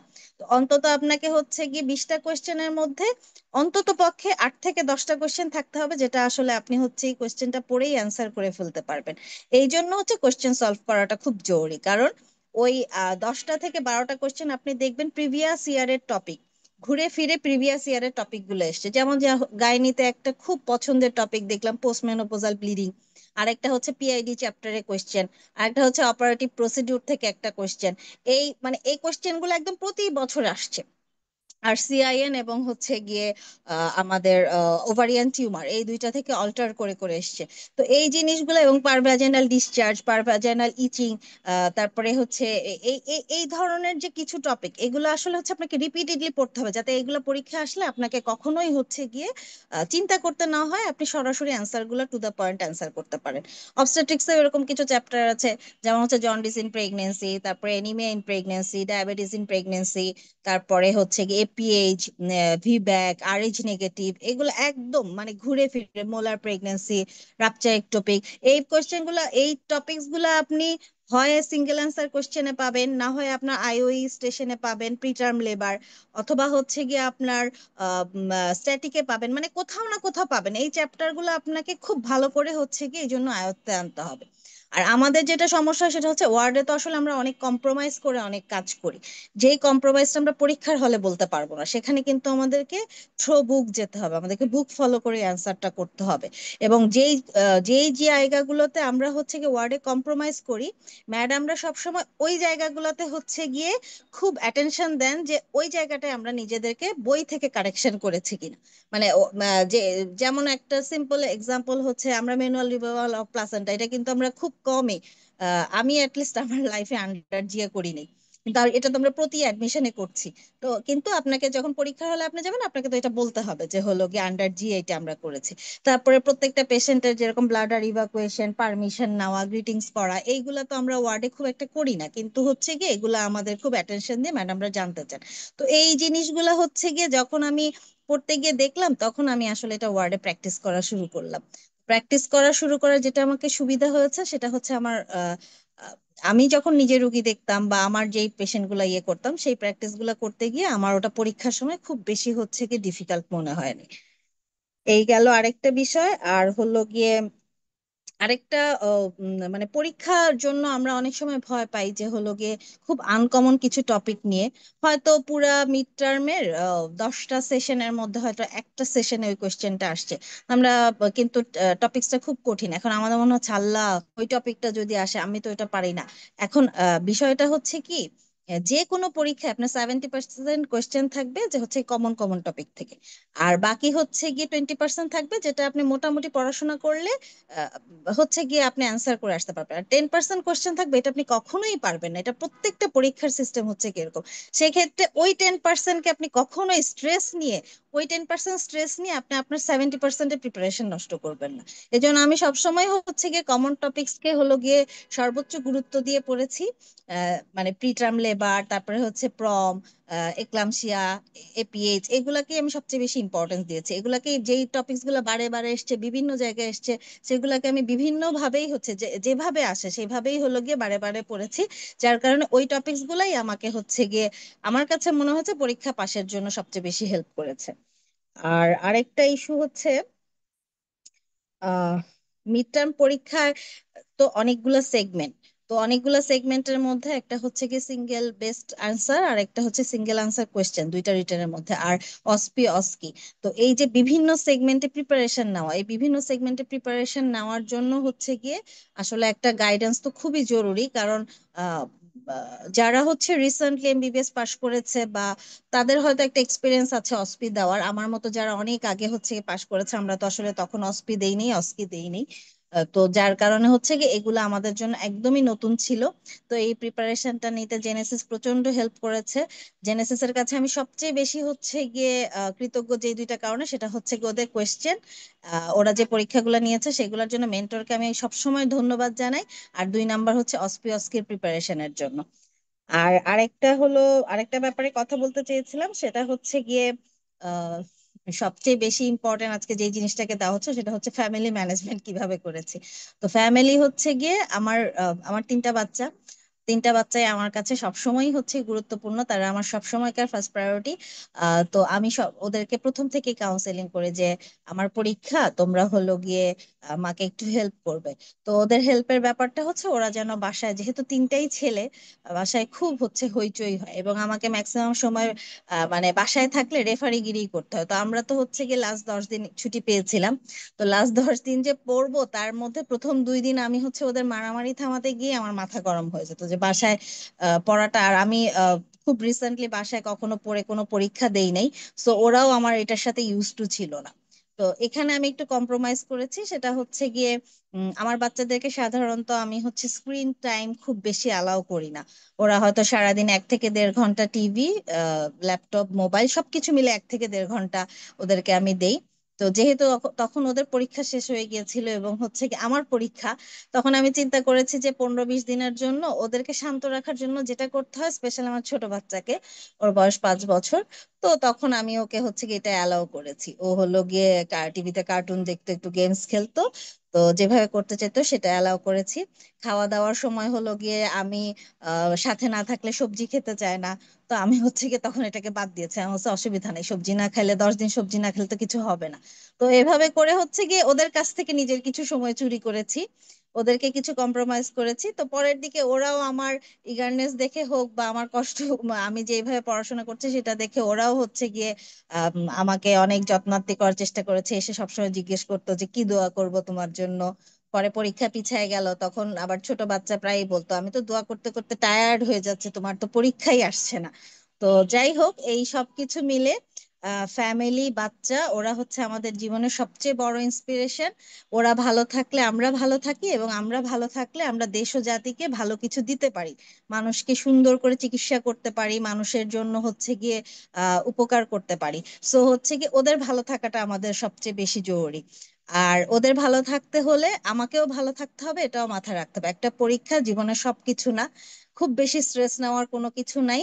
আপনি আপনার মতো পড়বেন, ওয়ার্ডে হচ্ছে গিয়ে সেইগুলা অ্যাপ্লাই করার চেষ্টা করবেন, শুধু পড়েই রেখে দিবেন না, ওয়ার্ডে সেটা অ্যাপ্লাই করার চেষ্টা করবেন এবং ওয়ার্ডেই হচ্ছে কিছু কিছু জিনিস পড়ে ফেলবেন, প্রতিদিন ছোট ছোট করে টপিক নিয়ে নিজেরা নিজেরা ডিসকাস করে পড়বেন। তাহলে দেখবেন যে হচ্ছে, এবং তার সাথে কোশ্চেন গুলা সলভ করবেন, তাহলে আপনি পরীক্ষার আগে মোটামুটি একটা হচ্ছে কি প্ল্যাটফর্মে দাঁড়িয়ে যাবেন। তার সাথে জেনেসিস যেভাবে গাইড করে ওগুলাকে ফলো করার চেষ্টা করবেন। আর কখনোই অন্যের সাথে কম্পারিজনে যাবেন না, যে হচ্ছে কি ও সময় পাচ্ছে, ওর শাশুড়ি হেল্প করছে, ওর মা হেল্প করছে, ওর বোন এসে বাচ্চাদেরকে দেখছে, বা ওর হাজবেন্ড খুব ভালো, আমার এরকম নাই, আমার কি হবে। এটা কখনো করবেন না, কারণ হচ্ছে প্রত্যেকটা মানুষ ইন্ডিভিজুয়াল, প্রত্যেকটা মানুষের ইন্ডিভিজুয়াল ক্যাপাবিলিটি আছে, ইন্ডিভিজুয়াল উইকনেস আছে। তো সবাই হচ্ছে গিয়ে যার যার ইন্ডিভিজুয়াল ক্যাপাবিলিটিকে কাজে লাগাবে এবং উইকনেসকে হচ্ছে গিয়ে যতটুকু সম্ভব অ্যাভয়েড করে হচ্ছে গিয়ে নিজেকে যে কোনো প্ল্যাটফর্মের জন্য প্রিপেয়ার করবে।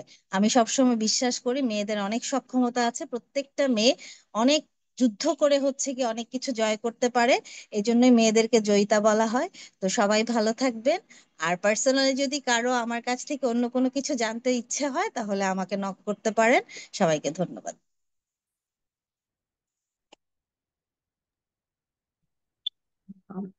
অসংখ্য অসংখ্য ধন্যবাদ ফাহিমা আপুকে। ফাহিমা আপু মনে হচ্ছিল যে মানে ফাহিমা আপু আসলে এক কথায় যদি আমি ফাহিমা আপুকে কখনো ডিসক্রাইব করি, আই উড প্রবাবলি সে যে আপু হচ্ছে একটা সোর্স অফ ট্র্যাঙ্কুইলিটি। মানে আপনার যত পেরেশানি হচ্ছে, আপনার যত মনে হচ্ছে যে অনেক টেনশন, অনেক প্রেশার, আপনি ফাহিমা আপুর সাথে 10 মিনিট বসবেন, আপনার ইনশাল্লাহ সমস্ত টেনশন দূর হয়ে যাবে। মানে আপু যে কিভাবে মেনটেন করে, যেটা আমি প্রিটি শিওর যারা আজকে সেশন করছিলেন এবং এতক্ষণ আমি যেমন হচ্ছে পুরাটা টাইম এই ফোনের সামনে একদম গ্লু স্টিক হয়ে আমি শুনছি যে আপু এত সুন্দর করে বলতেছে, যে গল্পও না সেটাও মনে হচ্ছে খুব ইম্পর্টেন্ট, আমাকে মুখস্থ করতে হবে এমন ভাবে আমার মনে হচ্ছিল, আমি খুব মনোযোগ দিয়ে শুনছি যে আপু না, আসলে। বিষয়টা হচ্ছে তুমি আমাকে অনেক বেশি ভালোবাসো, সেজন্য হয়তো তোমার কাছে ওরকম মনে হচ্ছে। না, আপু মানে সেটা না, মনে হচ্ছে। সবাই হচ্ছে কি এরকম, কেউ এক্সপ্রেস করতে পারে কেউ পারে না, এটা আর কি হচ্ছে গিয়ে ব্যাপার। আপু এটাও একটা কোয়ালিটি, মানে আপনার অসংখ্য কোয়ালিটির মধ্যে এটাও একটা মাশাল্লাহ চমৎকার একটা কোয়ালিটি, যে আপনার এক্সপ্রেশন মানে এত সুন্দর করে গুছায় এক্সপ্রেস করেন। মাশাল্লাহ, যারা আজকে সেশন করেছেন, আশা করি যারা শুনেছেন এতক্ষণ তারাও আমার সাথে এগ্রি করবেন যে আপু কিন্তু আপনাদেরকে মানে মোটামুটি কিভাবে পড়াশোনা করবেন, কোনটা প্রায়োরিটি লিস্টে রাখবেন, কোনটা ম্যানেজ করে কিভাবে করবেন। আপু যদিও আপুর পার্সোনাল এক্সপিরিয়েন্স বলছিলেন, কিন্তু এটাই কিন্তু মোরাললেস সবার স্টোরি, কিন্তু মোরাললেস এরকম যে সবকিছু সামলায় আপু যেমন বললেন কোন কোন জায়গাগুলোতে আপু ছাড় দিয়েছিলেন, কোন কোন এই যে স্ক্রিন টাইমে ছাড় দিয়েছেন, ফেসবুক বাদ দিয়ে দিয়েছেন, মানে কোন কোন জায়গাগুলা থেকে আপু আসলে পড়ার টাইম বা হচ্ছে কি নিজের জন্য টাইমটা বের করে রেখেছেন, maintaining everything else just the same. আপু যেমন বললেন যে লাস্ট 10 দিন আপু হচ্ছে গিয়ে কিছু বিষয় ছাড় দিয়েছেন, বাচ্চা কাচ্চাদের কিছু বিষয়, যে আচ্ছা ঠিক আছে 10 দিন সবজি না খেলে কিছু হবে না, which seemed very funny to me, যে আসলে 10 দিন না খেলে কিছু হবে না, এরপরে আবার দেখবো না। সো কোন কোন জায়গাগুলা থেকে যে আপু আসলে সময় বের করে নিজের জন্য, বিকজ ওই সেক্টরটা যেমন ইম্পর্টেন্ট, আপু একদম প্রায়োরিটি লিস্টে ফার্স্টেই রেখেছেন, সেক্টরটা যেমন ইম্পর্টেন্ট, সিমিলারলি ওই যে আপনাকেও কিন্তু আপনার জন্য কিছু একটা করতে হবে। আপু কিন্তু বলেছিলেন যে আপুর যেহেতু হচ্ছে গিয়ে অনেকদিন আগে পরীক্ষা ছিল, আপু কিভাবে মেনটেন করেছেন ট্রেনিং এর মাঝখানে, ডিউটির মাঝখানে কিভাবে হচ্ছে একটুখানি 10 মিনিটের মধ্যে কারোর সাথে কথা বলতে বলতে পড়ে ফেললেন। অনেক কিছুই কিন্তু আপু আপনাদেরকে যেই ছোট ছোট হয়তো গল্প আকারে বলেছেন, কিন্তু যদি আপনি খেয়াল করে থাকেন আপনি কিন্তু আপনার গাইডলাইন পেয়ে যাবেন যে আপনি আসলে কিভাবে দুটাকেই সামলাবেন, কোনটাকে কিভাবে প্রায়োরিটাইজ করবেন, কোথা থেকে আপনার নিজের জন্য, বিকজ সবার লাইফই মোরাললেস, আমরা কিন্তু ইন্ডিভিজুয়ালাইজড সবাই। সো আপনার জায়গাটা কোথা থেকে আপনি স্যাক্রিফাইস করবেন, অথবা আপনি কোন জায়গা থেকে হচ্ছে গিয়ে একটু আপনি রিল্যাক্স করে এসে ওই জায়গাটা আপনি পড়াশোনার ভিতরে আপনি ইনভেস্ট করবেন, সেগুলো কিন্তু আপনি বুঝে যাবেন যদি আপনি একটু জাস্ট মনোযোগ দিয়ে আপুর কথাগুলো শুনেন। তো অসংখ্য অসংখ্য ধন্যবাদ ফাহিমা আপুকে। এবং মানে আমি আসলে অভিভূত বিমোহিত যে আপু এত সুন্দর করে এক্সপ্লেইন করলেন কিভাবে আমরা চলতে পারি। সো অসংখ্য ধন্যবাদ আরেকবার ফাহিমা শারমিন হোসেন আপুকে।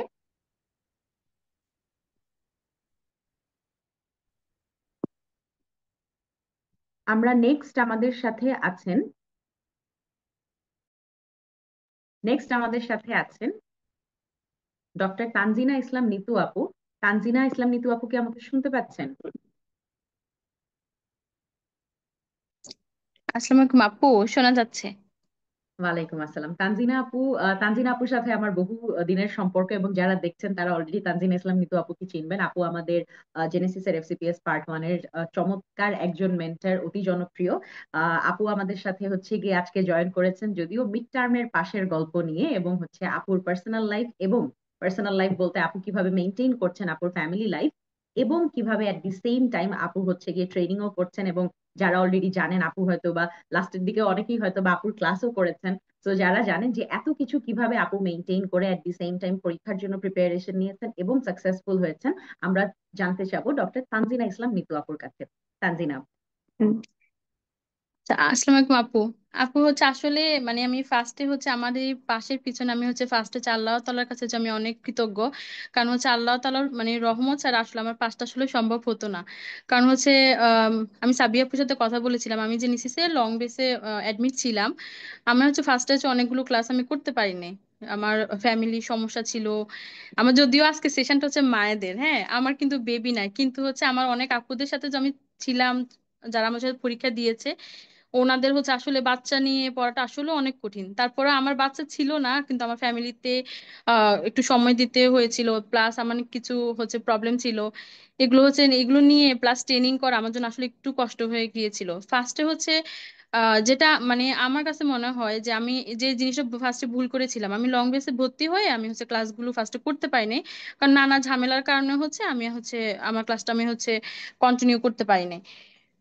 আমি পরে হচ্ছে কি করলাম, আমার অনেকগুলো ক্লাস হচ্ছে জমে গিয়েছিল। পরে হচ্ছে আমি সাবিয়া আম, আপুর সাথে কথা বললাম যে আপু আমার এই কন্ডিশন, আমি হচ্ছে এখন কি করব। তখন আপু আমাকে গাইডলাইন দিল যে হচ্ছে কিভাবে কিভাবে পড়তে হবে। যে আমি তখন কি করলাম, আমি হচ্ছে আমার রেকর্ড ক্লাসগুলো দেখা শুরু করলাম। প্লাস হচ্ছে পরীক্ষা তো দিতে আসলে পারিনি, সব পরীক্ষা দিতে পারিনি, কিছু পরীক্ষা দিয়েছিলাম। কিন্তু হচ্ছে লাস্টে হচ্ছে ওগুলো যেগুলো পেন্ডিং ছিল ওগুলো হচ্ছে একটা খাতা মানে লিস্ট করলাম যে আমার এই টপিকস হচ্ছে আমি একদম ক্লাস করিনি, এই পরীক্ষার দিনে দেখলাম যে অনেক বড় একটা লিস্ট। কারণ আমি হচ্ছে প্রথম কয়েকটা মাস হচ্ছে আসলে আমি পড়তে পারিনি, আমি লাস্টের দিকে হচ্ছে আসলে অনেক আমার ইফোর্ট দিতে হয়েছে। লাস্টে আমি অনেক মানে লাস্টে 1-1.5 মাসে আসলে আমি বেশি মানে পড়েছিলাম। কিন্তু আমার কাছে মনে হয় যারা রেগুলার থাকবে, হ্যাঁ রেগুলার 6টা মাস হচ্ছে ক্লাস করবে, রেগুলার 6টা মাস হচ্ছে পরীক্ষা দিবে, তাদের জন্য অনেক ইফেক্টিভ মানে হবে, ইজি হবে তাদের মানে এত স্ট্রেস নিয়ে আসলে। কারণ হচ্ছে আমাদের ট্রেনিং করতে হয়, আমাদের ডিউটি থাকে, প্লাস হচ্ছে ফ্যামিলির অনেক প্রবলেম থাকে। সবকিছু মিলিয়ে আসলে পরীক্ষাটা হচ্ছে বাসায় পড়াটা আসলে অনেক মানে ডিফিকাল্ট হয়ে যায়। এই কারণে হচ্ছে নিজেকে সময় বের করে আসলে নিজের জন্য পড়তে হবে। ওরকম করে আমি লাস্টে হচ্ছে নিজের মতো গুছিয়ে দেখলাম যে আমার এই ক্লাস বাকি আছে, আমি ওগুলো কি করলাম একটা লিস্ট করে আমি হচ্ছে ওগুলো আহ কোনটা কোন দিনে শেষ করব, তারপর হচ্ছে কোনটা সলভ ক্লাস করব, ওভাবে করে করে আমি হচ্ছে আমার ক্লাসটা আসলে শেষ করলাম। আর হচ্ছে লাস্টে আমি হচ্ছে পরীক্ষার 1 মাস আগে যখন হচ্ছে আমার যে যে ক্লাসগুলো হয়েছে আমি জেনেসিস থেকে কোশ্চান প্লাস হচ্ছে সবকিছু আমি নিয়ে এসে বাসায় হচ্ছে একদম সুন্দর করে স্পাইরাল করে জেনেসিসের কোশ্চান গুলো, যেমন হচ্ছে আমাদের লাস্টে রিভিউ হয়েছিল, মক হয়েছিল, যত মানে হচ্ছে ক্লাস টেস্ট গুলো সবগুলো হচ্ছে আমি কি করলাম, আমি হচ্ছে অপস একটা অপস এর বইয়ের হচ্ছে যে এক্সাম গুলো ছিল ওগুলো একটা আলাদা করে স্পাইরাল করেছি, গণিত হচ্ছে আমি আলাদা করে স্পাইরাল করেছিলাম। ওভাবে করে আমি হচ্ছে ওগুলো হচ্ছে সলভ করেছি, ওগুলো পড়েছি। আর আরেকটা জিনিস হচ্ছে কি, জেনেসিসে থাকলে আমার কাছে মনে হয় যে নিয়মিত যদি ক্লাস করি রেগুলার হচ্ছে, আমি দেখলাম যে আমি হচ্ছে মানে ক্লাস যখন করেছিলাম তখন আমি দেখলাম যে মেন্টর আপুরা যা বলে হ্যাঁ অনেক সুন্দর করে, যেমন আমাদের এই সেশনে অনেক সুন্দর সুন্দর মানে হচ্ছে ক্লাস হয়েছিল, এই যে সাবিয়া আফরিন আপু, তারপর আফসান আপু, তানিয়া আপু, অন্বেষা আপু, ওনাদের ক্লাস তো আসলে অনেক সুন্দর, আমেনা আপু, হ্যাঁ আমার ক্লাস অনেক ভালো মানে ভালো লেগেছে। আর আমার একটা ইয়ে ছিল কি, আমি একটু গোছায় পড়তাম, যে আমি কি করেছি আমি হচ্ছে পেড নিয়ে ওটাতে লিখে ফেলেছি যে এই টপিক গুলো ইম্পর্টেন্ট। কারণ হচ্ছে আমার তো আসলে পুরা এত পড়া সম্ভব ছিল না, কারণ হচ্ছে ফার্স্ট থেকে আমি হচ্ছে আসলে পড়তে পারিনি, যেটা আমি বললাম। এই কারণে হচ্ছে আমি দেখলাম যে প্রিভিয়াস ইয়ারে কি কি কোশ্চেন আসছে সেগুলো হচ্ছে আমি আমার একটা আলাদা করে পেড করে লিখে রাখলাম যে এই টপিকস গুলো ইম্পর্টেন্ট। প্লাস মেন্টররা ক্লাসে তো বলে দেয় যে এখান থেকে এসিকিউ আসে, এটা থেকে এসবি আসে, অনেক সুন্দর করে হচ্ছে আমাদেরকে আসলে গোছায় দেয়। যারা ক্লাস করে, যারা ক্লাস করবেন নিয়মিত, আমার আমার কাছে মনে হয় তাদের জন্য আসলে মিড টার্ম পাস করা এতটা কঠিন না।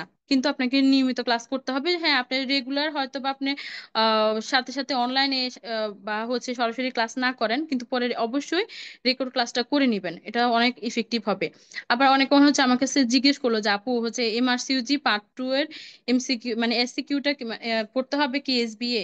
এমআরসিইউজি পার্ট 2 এর এসবিএ বই আমার কাছে ছিল, হ্যাঁ আমি হচ্ছে একটা সলভ করেছি। তারপর আমি দেখলাম যে আমাদের জেনেসিস এর মডেল টেস্ট, মক রিভিউ, এগুলো এত সুন্দর করে এমআরসিইউজি যে কোশ্চেন গুলো আসে এসবিএ, ওগুলো সুন্দর করে ইনক্লুড করা আছে। এইগুলো আসলে মানে ভয়ের কোনো কারণ নাই যে আমাকে বই কিনে পাগলের মতো পড়তে হবে, ওরকম না। কারণ আপুরা অনেক সুন্দর করে গোছায় দেয়, অনেক সুন্দর করে একটা গাইডলাইন দিয়ে দেয়। তো আমার কাছে মনে হয় যে আমার আসলে লাস্টে যে পরীক্ষা পিছাইছে ওইটাও আসলে আল্লাহর একটা রহমত ছিল আমার জন্য। আমি এত স্ট্রেস নিয়ে আসলে পড়েছি, কারণ হচ্ছে আমার কিছু প্রবলেম ছিল, আমি আসলে একটু অসুস্থ ছিলাম, এই কারণে আমি ফার্স্টের দিকে ক্লাসগুলো করতে পারিনি। লাস্টে যে পরীক্ষাটা পিছাইছে ওটা আসলে আমার জন্য অনেক রহমত ছিল। আর একটা মাস আমি হচ্ছে আমার বাসা থেকে যে সাপোর্ট পেয়েছি, আমার হ্যাঁ বেবি নাই কিন্তু হচ্ছে আমার আম্মু হচ্ছে অনেক সাপোর্ট দিয়েছে আম্মুর বাসা থেকে। আম্মুর বাসা হচ্ছে কুমিল্লা, কুমিল্লা থেকে আমাকে রান্না বান্না করে হচ্ছে আমাকে পাঠাইতো, ওই রান্না বান্না গুলো খেতাম, আবার হচ্ছে শেষ হলে আবার আম্মু আমাকে রান্না বান্না করে দিত। আর আমার হাজবেন্ড সে এই আমার এই পরীক্ষার সময় সে দেশে ছিল, সে হচ্ছে শিপে জব করে, সে এই সময় সে দেশে থাকার কারণে হচ্ছে যে দেখা গেছে যে ভাত রান্না করা আমি দেখেছে কন্টিনিউয়াস বসে হয়তো বা পড়েছি, সময় পাই নাই, উঠে খাবো, গোসল করবো, নামাজ পড়বো, খাবো, এতটুকুই। আর বাকি সবগুলো কাজ কিন্তু সে করতো। তো আসলে সবার লাইফ তো এরকম না। আলহামদুলিল্লাহ এদিকে যে আমি একটা ব্লেসিং যে আমার একটা ভালো বাবা মা পেয়েছি বা আমার হাজবেন্ড সাপোর্টিভ ছিল, কিন্তু সবার লাইফ আসলে এরকম না। এই কারণে হচ্ছে আমার আপুদের কাছে যে পরামর্শ যে আপনার প্রথম থেকে যে বেসে ভর্তি হবেন প্রথম থেকে একটু কষ্ট করে পড়া শুরু করবেন। কারণ হচ্ছে মানে আমি যেটা করেছি আমার মতো মানে লাস্টে অনেক প্রেশার হয়ে যায় যে ডিউটি করে প্লাস হচ্ছে পড়া, মানে আমার মতো কেউ করবেন না। কিন্তু হচ্ছে আপনার প্রথম থেকে হচ্ছে যখন নিয়মিত ক্লাস করবেন, রেগুলার পরীক্ষাগুলো দেওয়ার চেষ্টা করবেন, পরীক্ষা দিবেন প্লাস হচ্ছে সলভ ক্লাস করবেন। সলভ ক্লাসে যে কত ইফেক্টিভ সেটা আপনারা হচ্ছে বিসিপিএস এ যখন পরীক্ষা দিতে যাবেন তখনই বুঝবেন। কারণ হচ্ছে ওখানে যখন এসিকিউ লিখবেন আপুদের অনেক কথা যে এগুলো হচ্ছে আপনি হয়তো বা পড়েননি কিন্তু আপনি লিখে দিয়ে আসতে পারছেন। এবারে এরকম অনেক অনেক কিছু ছিল যে আমি হচ্ছে আহ ওই জিনিসটা হ্যাঁ একদম অ্যাকুরেট বই থেকে হয়তো বিয়ে করিনি, কিন্তু আমি ক্লাস করেছি এই কারণে হচ্ছে আমি লিখে দিয়ে আসতে পারছি। আলহামদুলিল্লাহ এভাবে হচ্ছে আসলে পড়লে ইনশাল্লাহ সবার জন্য অনেক ভালো হবে, সবাই হচ্ছে পাশ করতে পারবে। আর হচ্ছে আরেকটা জিনিস হচ্ছে কি, যখন আপনি হচ্ছে আমাদের এ, ভর্তি হবেন জেনেসিসে, আমার কাছে মনে হয় জেনেসিসে ভর্তি হওয়ার সাথে সাথে যে রিটেন পরীক্ষার পরে অনেকে একটু কনফিউশন থাকে যে আমি কি অসপি অসকি এগুলোতে ভর্তি হব, আমার কি হবে, এরকম অনেকে আমাদের সাথে দেখা গেল যে আমার তো রিটেন বেশি ভালো হয়নি, আমি মনে হয় এসবিএ খারাপ করেছি, আমার মনে হয় এসবিএ তে আমি হচ্ছে খারাপ করব, আমি কি ভর্তি হব? আমার কাছে মনে হয় যে সাথে সাথে অসপি অস্কি আইইউ এগুলো করা দরকার। কারণ হচ্ছে আমাদের যখন পরীক্ষা রেজাল্ট দিয়েছে আমাদের একদিন পরে কিন্তু আমাদের অস্পি অস্কি হয়েছিল, সেটা অনেক ডিফিকাল্ট অনেক কঠিন, আগে থেকে যদি আমরা না পড়ে রাখি না গোছায় রাখি। আর একটা জিনিস হচ্ছে কি জেনেসিসের যেটা বলবো যে মকের, হ্যাঁ আমি হচ্ছে জেনেসিসের মকের অস্পি অস্কি এগুলো পরীক্ষা দিতে গেলাম, রেজাল্ট হলো আমাদের 21 তারিখে, আমাদের ওই দিনেই হচ্ছে আমাদের জেনেসিসের মক ছিল অস্পির। ওটা দেওয়ার পরে আমার অনেক বেশি আসলে মানে ওই যে ম্যাডামদের কাছে যে যখন ওই ভীতিটা আসলে কেটে গেছে পরীক্ষা দেওয়ার পরে, তখন আমার মনে হয়নি বিসিপিএস এ যে আমি হচ্ছে বিসিপিএস এ পরীক্ষা দিচ্ছি। আমার কাছে মনে হয় আমি জেনেসিস এ পরীক্ষা দিচ্ছি, ওই যে 5 মিনিট করে করে বেল বাজছে, আমি যাচ্ছি, আমি ওভাবে ওই প্রসেসটা, এই কারণে হচ্ছে আসলে পরীক্ষা দিতে হবে। পরীক্ষা দিলে আমাদের আসলে সব ভয় ভীতি হচ্ছে কেটে যাবে, ইনশাল্লাহ আপনি পাশ করে আসতে পারবেন। আর জেনেসিস এর অসপি অসপি আইইউআই এগুলো কথা বলবো যে এগুলো হচ্ছে এত সুন্দর করে গোছায় পড়িয়েছে, ইনশাল্লাহ অনেক যারা পরীক্ষা দিচ্ছে তারা জানে যে অনেক ইফেক্টিভ ছিল। আমি হচ্ছে আহ পড়ার মধ্যে অনেক কিছু আমি আসলে পেয়েছি। তো এই কারণে এটাই বলবো যে সবাই হচ্ছে নিয়মিত ক্লাস করবেন। আমার মতো যে ফার্স্টে যে পড়াশোনা করবেন না ওরকম না, লাস্টে, কারণ আমার লাস্টে 15 দিন বিসিপিএস বাড়ানোর কারণে হয়তো বা আমি হ্যাঁ পড়তে পেরেছি আরো বা রিভিশন দিতে সময় পেয়েছি, কিন্তু আমার মতো কেউ করবে না। আমার কাছে মনে হয় যে যারা এখন থেকে ভর্তি হবেন তারা নিয়মিত ক্লাস করবেন। কষ্ট হবে, ডিউটি থাকবে, আপনার ফ্যামিলি প্রেশার থাকবে, সব কিছু মিলিয়ে আপনাকে পড়তে হবে। আপনার জন্য আর নিজের জন্য সময় বের করতে হবে, অন্তত 2 ঘন্টা হোক আপনি মানে ডেইলি রেগুলার এখন থেকে যদি 2 থেকে 3 ঘন্টা করে পড়েন, ইনশাল্লাহ আপনি পারবেন। আর মোস্ট ইম্পর্টেন্ট কথা হচ্ছে আপনি মেন্টরকে ফলো করতে হবে। মেন্টর আপনাকে, আপনি সব পড়ে পারবেন না, কারণ একটা প্রপার গাইডলাইন আপনাকে লাগবে, ওই গাইডলাইন অনুসারে আপনাকে হচ্ছে আগাতে হবে। আমি একা একা পড়ে যে আমার কাছে তো অপস দত্ত আছে, গানি দত্ত আছে, আমি চাইলেই কি করবো একা একা পড়তে পারবো বা একটু বাজার থেকে বই কিনে প্রিভিয়াস ইয়ারের কোশ্চেন দেখে আমি কিন্তু পারবো না। কারণ হচ্ছে আমার আরো অনেক সমস্যা আছে, আমার ডিউটি আছে, আমার ফ্যামিলি আছে, সবকিছু মিলিয়ে হচ্ছে আমাকে একটা যেখানে একটা মানে আমি সঠিক গাইডলাইন পাবো, যে গাইডলাইনে আগালে হচ্ছে আমার জন্য ইফেক্টিভ হবে, ওই একটা গাইডলাইন অনুসারে হচ্ছে আসলে আপনাকে আগাতে হবে। এই কারণে হচ্ছে জেনেসিস আসলেই বেস্ট। জেনেসিসের হাত ধরে আসলে মানে আমার পার্ট 1 প্লাস হচ্ছে আমার এমআরসিইউজি হওয়া, ইনশাল্লাহ আমি জেনেসিস এর কাছে অনেক কৃতজ্ঞ যে হচ্ছে এত সুন্দর একটা গাইডলাইন বা এত সুন্দর মানে আউটলাইন, আর হচ্ছে এত ভালো ভালো মেন্টর দিয়ে হচ্ছে আমাদের জেনেসিস অনেক সুন্দর করে গুছিয়ে আহ আমাদেরকে পড়ায়। তো এবার এটাই বলবো সর্বশেষে যে হচ্ছে আপনারা হচ্ছে নিয়মিত ক্লাস করবেন, রেগুলার পরীক্ষা দিবেন। আর হচ্ছে আহ যদি হচ্ছে কোনো ক্লাস মিস হয়ে যায় আপনারা পরে ক্লাস করে নেবেন, অবশ্যই করে নেবেন, রেকর্ড হোক। সলভ ক্লাস মাস্ট করতে হবে, জেনেসিসের কোশ্চেন গুলো এনে আপনাকে ওগুলো আয়ত্ত রাখতে হবে, তাহলে ইনশাল্লাহ পাস সম্ভব।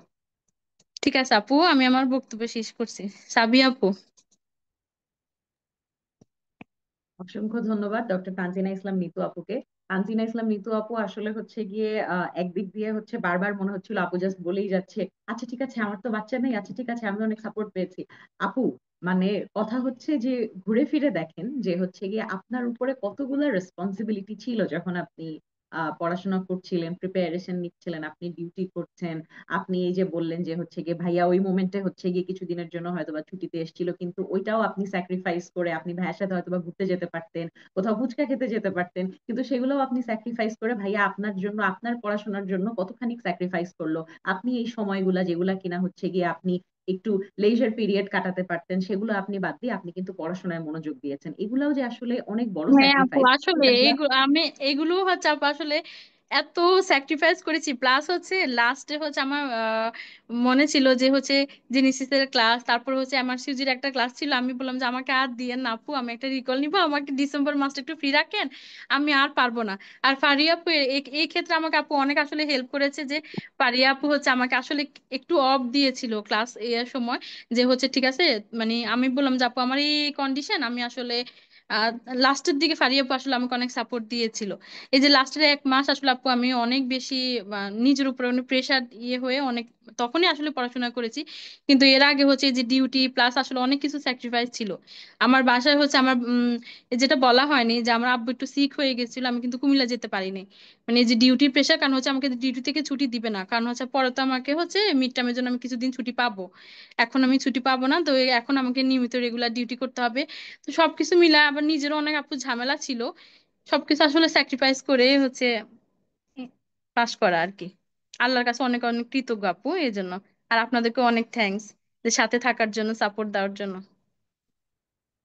তো আপু আসলে কিন্তু ওই যে মানে বলতে বলতে মানে শুধুমাত্র হচ্ছে গিয়ে যে খুব ভালো ক্লাস হয়েছে, খুব ভালো গাইডলাইন হয়েছে, এগুলো বলতে বলতে আপু ভুলেই গেছেন যে আপু আসলে কতগুলা স্যাক্রিফাইস করেছেন, কত কষ্ট করেছেন, বা কতখানি আপনি ডেডিকেশন আপনি শো করেছেন এই মিড টার্মের জন্য। আপু যেমনটা বললেন যে মিড টার্মের প্রথম দিকে আপুর একটু কষ্ট হয়েছিল, কারণ হচ্ছে প্রথমে আপু ক্লাস করতে পারেন নাই বলে আপু শেষের দিকে এসে আসলে এই সব কিছু টানতে যে অনেক কষ্ট হয়ে গিয়েছে।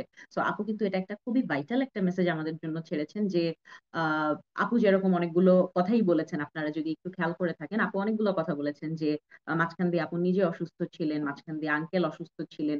এই যে দেখেন লাইফের কিছু ইনসিডেন্ট যেগুলা কিনা আপনি আসলে মানে আগে থেকে প্রেডিক্টও করতে পারবেন না, বা এগুলাকে আপনি আসলে ঠেলে ফেলে দিতে পারবেন না। হ্যাঁ, কিছু ইনসিডেন্টে আমাদের দেখা যায় যে কোনো কন্ট্রোল থাকে না, কিছু করার নাই।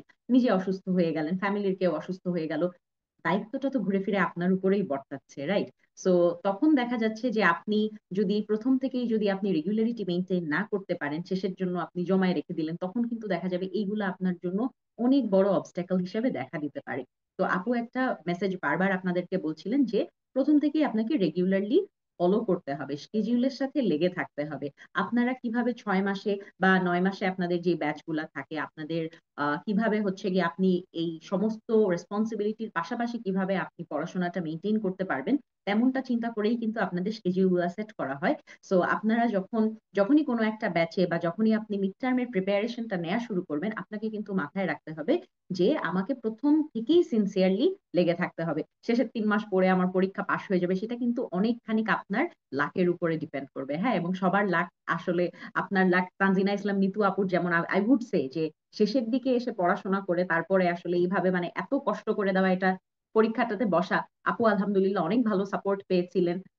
আন্টি যেমন কুমিল্লা থেকে রান্না করে করে আপুর জন্য ঢাকায় পাঠাতেন, এটা হিউজ সাপোর্ট। হ্যাঁ, হিউজ সাপোর্ট। আপু মানে আমাদের যেমন পাঠাও বা ফুড পান্ডা হচ্ছে 5-10 কিলোমিটারের ভিতর থেকে আসে, আপুর ফুড পান্ডা একদম সেই 200 কিলোমিটার দূর থেকে এসেছিল। সো এরকম লাক আসলে, এটা আপু অনেক লাকি ছিলেন আলহামদুলিল্লাহ। কিন্তু আমাদের কিন্তু মাথায় রাখতে হবে যে আমাদের সমস্ত সিচুয়েশন গুলোর জন্য প্রিপেয়ার্ড থাকতে হবে। প্রথম থেকেই আপনাকে কিন্তু পড়াশোনার সাথে লেগে থাকতে হবে, সিনসিয়ারলি পড়তে থাকতে হবে।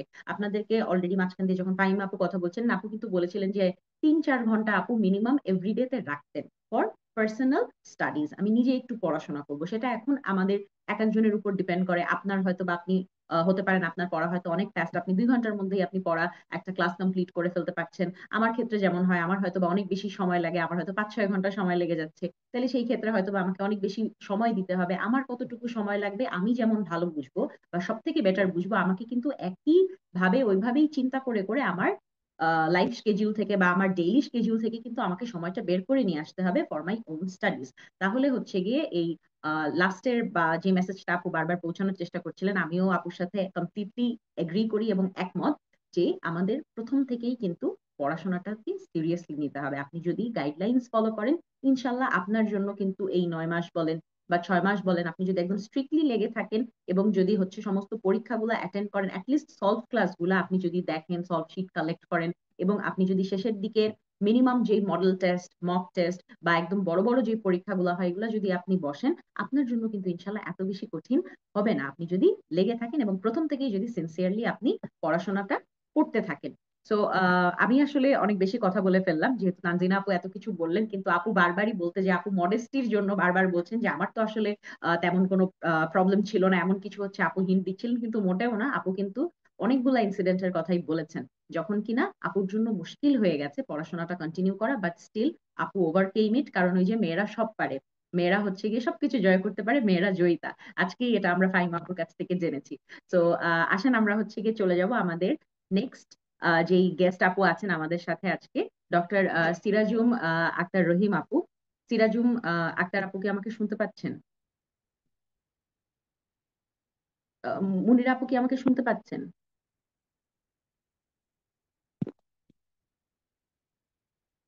শুনতে পাচ্ছি। আসসালামু আলাইকুম আপু। হ্যাঁ, ওয়ালাইকুম সালাম। কেমন আছেন আপু? আছি আলহামদুলিল্লাহ, কেমন আছেন? আলহামদুলিল্লাহ আপু। আহ আমরা এখন আসলে চলে যাব। আপু কি আপুর ক্যামেরা কি অন করেছেন? আমি দেখতে পাচ্ছি না না না, আসলে। এখনো অন করিনি, অন ওকে, করিনি। ওকে, ঠিক আছে আপু। আমরা তাহলে এখন চলে যাব আমাদের আজকের এবং হচ্ছে গিয়ে আমাদের সর্বশেষ আপু আমাদের সাথে গল্প করবেন আপুর ফ্যামিলি এবং হচ্ছে গিয়ে আপুর পরীক্ষার প্রিপারেশন দুটোকে কিভাবে মেনটেন করেছেন এই বিষয়ে আমরা হচ্ছে গিয়ে আপুর গল্প শুনবো, আপুর পার্সোনাল এক্সপিরিয়েন্স এবং হচ্ছে আপুর যদি কোনো সাজেশন থাকে আমাদের জন্য আপুর কাছ থেকে আমরা শুনবো। ডক্টর মোসাম্মদ মুনিরা আক্তার খানম আপুর কাছে। মুনিরা আপু।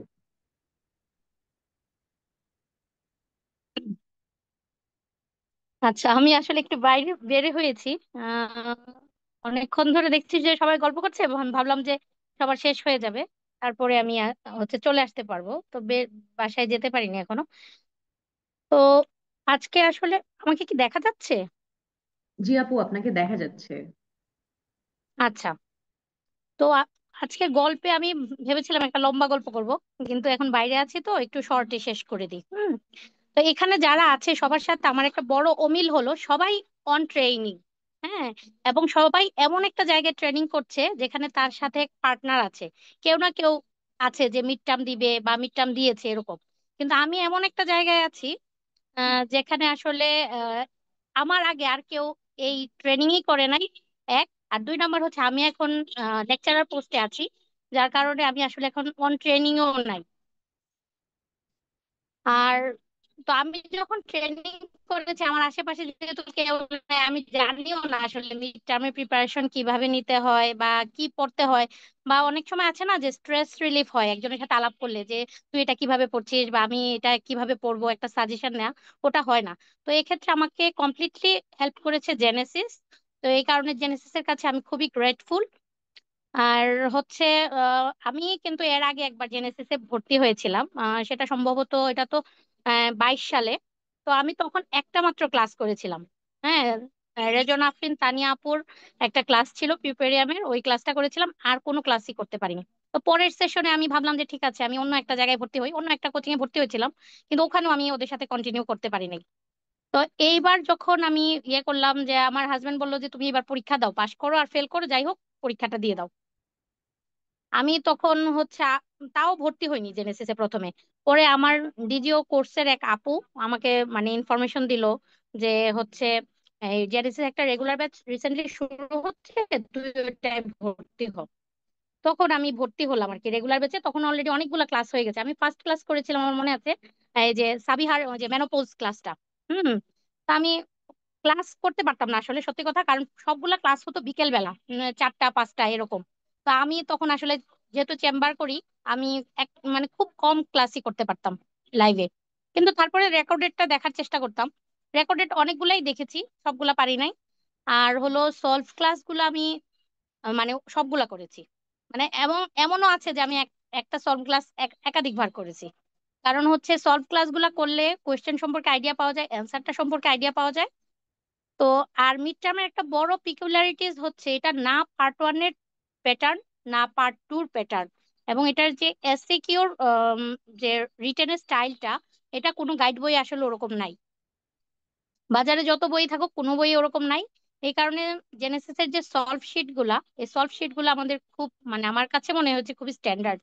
মানে ওই সলভ শিট গুলা থেকে অনেক কোয়েশ্চেন কমন আসে।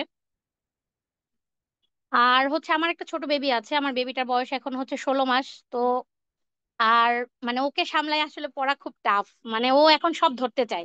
মানে আমি যেটা বই নিয়ে বসলেই বই নিয়ে যায়, ব- কলম নিয়ে যায়, সব নিয়ে যায়। তো এই কারণে আমি যেটা করেছি যে আমি পিডিএফ নিয়েছি, অবস গাইনি দত্ত দুইটারই পিডিএফ নিয়েছি। আমি ওকে দেখা যায় ফিট করাচ্ছি, তখন বসে বসে মোবাইলে একটা মানে টপিক দেখলাম এরকম। আর আমার ফ্যামিলি আসলে খুবই কোঅপারেটিভ। আমি মানে পরীক্ষা দেওয়ার সময় আমার পুরা মানে ফ্যামিলিকে নিয়ে গেছি। মানে আমার শাশুড়ি, আমার হেল্পিং হ্যান্ড, আমার হাজবেন্ড, সবাইকে নিয়ে গেছি। হ্যাঁ, মানে আমি শুধু আমার বেবি দেখার জন্য। হ্যাঁ, তো সবাই আমাকে খুব হেল্প করেছে এবং আমার শাশুড়ি খুবই কোঅপারেটিভ। আমার শাশুড়ি বলছে তুমি পড়ো, আমরা দেখছি, যাই হোক না কেন। তা আমার বেবি খেতে চাইতো না বা আমাকে ছাড়া থাকতে চাইতো না, ওটা খারাপ লাগতো, কিন্তু আমি ওটা মানে তখন সেই মুহূর্তে মানে এটা কনসিডার করে নিয়েছি আর কি। আর এক্সামের সময় আসলে ওই যে এক্সামের তো প্রথমে একটা ডেট ছিল আমাদের, ওই ডেটে আমি যখন অলরেডি ঢাকা চলে গেছি গাড়িতে, তখন দেখলাম যে আমাদের রুটিনটা চেঞ্জ হয়েছে। তো তখন আমার কাছে মনে হয়েছে এটা আমার জন্য একটা ব্লেসিংস, কারণ আমার অত মানে প্রিপারেশনটা ভালো ছিল না। তো সেই মুহূর্তে মানে আমি আমার হাজবেন্ডকে বললাম কি, যে আমার মনে হচ্ছে যে এই পরীক্ষাটা শুধু আমার জন্যই পিছাই গেছে। হ্যাঁ, হ্যাঁ। তো আমি সেই মুহূর্তে বললাম 15 দিনের জন্য চেম্বার প্র্যাকটিস সব বন্ধ করে দিয়েছি। বন্ধ করে আমি সকালবেলা যখন মেডিকেল কলেজে যেতাম, ওখানে গিয়ে লাইব্রেরিতে পড়তাম 2-3 ঘন্টা, বিকালে এসে বেবিকে টাইম দিতাম। মানে চেম্বার করতাম না, ওই টাইমটা বেবিকে দিতাম। পড়ালেখা হতো না তেমন, তারপরে বইটা নিয়ে বসতাম, প্রতিদিনই বসতাম। আর ওই যে আমার তো অনেক ক্লাস বাকি ছিল, ওই বসে বসে বিকেলবেলা ওই ক্লাসগুলা দেখতাম। আর হচ্ছে পরীক্ষা দিয়ে মনে হয়েছিল যে আসলে ফেল করব রিটেনে, কিন্তু এসবিএ দেওয়ার সময় আমার কাছে মনে হয়েছে আমি খুবই কনফিডেন্ট, আমার এসবিএ অনেক মানে ভুল হয়নি তা না, কিন্তু আমার কাছে মনে হয়েছে যে এসবিএটা আমার পরীক্ষাটা ভালো হয়েছে। এবং সেক্ষেত্রে জেনেসিস এর যে সলভ ক্লাসগুলো, ওগুলো আমাকে খুব হেল্প করেছে। হুম। জেনেসিসে মানে সাবিহা একটা ক্লাসে বলেছিল ওই যে অপসে একে আই মোস্ট কমন কজ কি, আমরা ওই পরীক্ষায় সবাই দাগাইছিলাম যে পোস্টপার্টাম হ্যামোরেজ। হ্যাঁ, কিন্তু আসলে ওটা না আনসার। হ্যাঁ। তো সেই কারণে অনেক কিছু আছে যে একটু পিকিউলিয়ার, ওগুলা হচ্ছে কি আপনি বইয়ে পড়বেন, কিন্তু বইয়ে পড়লে মনে রাখা একটু টাফ, কিন্তু ক্লাসে শুনলে মেন্টররা বলে দেয় যে এইটা আপনি ভুল করবেন, তখন মানে মনে হয় কি ব্রেইনে একটা স্টর্মিং হয়, ওটা তখন মনে রাখাটা ইজি হয়। এই আর কি। আর মানে পরীক্ষার সময় আসলে আমার পুরা ফ্যামিলি অনেক কষ্ট করেছে, আমার ফ্যামিলি আমাকে প্রচুর সাপোর্ট দিয়েছে। হ্যাঁ, মানে ওইটা আসলে আমি বলতে পারবো না। তো আমি তাদের কাছে গ্রেটফুল, আমার বেবিও আমাকে অনেক সাপোর্ট করেছে। তো থ্যাঙ্কস জেনেসিস। আর জেনেসিস এর মানে সলভ শিট গুলো আমি বলবো যে ওগুলাই গাইড, ওইটাই আমার কাছে গাইড ছিল, আমি ওইটাই পড়েছি, ওইটাই সলভ করেছি, ওগুলাই আমি বেশি বেশি করে পড়েছি আর কি। Thank you.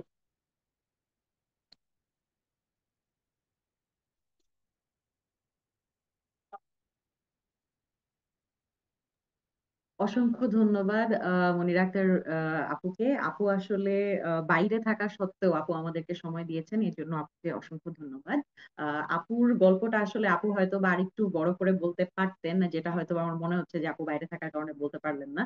কিন্তু আপু যেটা বললেন যে খুবই আম, মানে সারপ্রাইজিং, এবং আসলে বলবো যে হচ্ছে খুবই খুবই অ্যাপ্রিসিয়েটিং যে আপু একটা 16 মাসের বেবি নিয়ে পরীক্ষা দিয়েছেন এবং আপু সাকসেসফুল হয়ে বের হয়েছেন। মানে যেখানে একটা 16 মাসের বেবি নিয়ে, মানে জাস্ট একটা বাচ্চা নিয়ে যেখানে হচ্ছে গিয়ে আমাদের হিমশিম খেয়ে যেতে হয়, মানে কোন দিকে দৌড়াবো, ডানে দৌড়াবো না বায়ে দৌড়াবো, দিশেহারা মতন একটা অবস্থায় এতটুকু একটা বাচ্চা, শুধু বাচ্চাটাকে মেনটেন করা। সেখানে আপু বললেন যে আপু বাচ্চা মেনটেন করতেন, চেম্বার করতেন আপু, যে কারণে ক্লাসটাও হয়তো বা ঠিক মতন করতে পারতেন না। সো ফ্যামিলি, বেবি, চেম্বার, সাথে হচ্ছে গিয়ে আপু লেকচারার পোস্টে আছেন, সাথে আপু হচ্ছে গিয়ে এটার জন্য মিড টার্মের জন্য পড়াশোনা করেছেন। সো আপুর স্টোরিটা মানে খুবই ইন্সপায়ারিং, এবং মানে আমি বলবো যে যারা আজকে বা যারা আজকে সেশন করেছেন, আপনাদের যদি এরকম এরকম যদি কোনো সিমিলার সিচুয়েশন হয় যে হচ্ছে গিয়ে আপু মাত্র হচ্ছে গিয়ে আমি এই যে পোস্টপার্টাম একটা ফেজে আছি, বা হচ্ছে গিয়ে ছোট বেবি, একদমই ছোট, আমরা জানি যে টডলার বেবির মতন আসলে যন্ত্রণা ইহ জীবনে কমই আছে, তাই না? যারা হচ্ছে গিয়ে মাত্র হাঁটা শিখলো, দৌড়ানো শিখলো, ও দুনিয়ার সবকিছু ধরতে চায়, সবকিছু খাইতে চায়, সবকিছু করতে চায়, যাই দেখবে সবই করতে চায়। তো আসলে এরকম একটা সিচুয়েশনে আপু, যেখানে শুধু বাচ্চাকে না, একদম মানে হচ্ছে গিয়ে সাথে,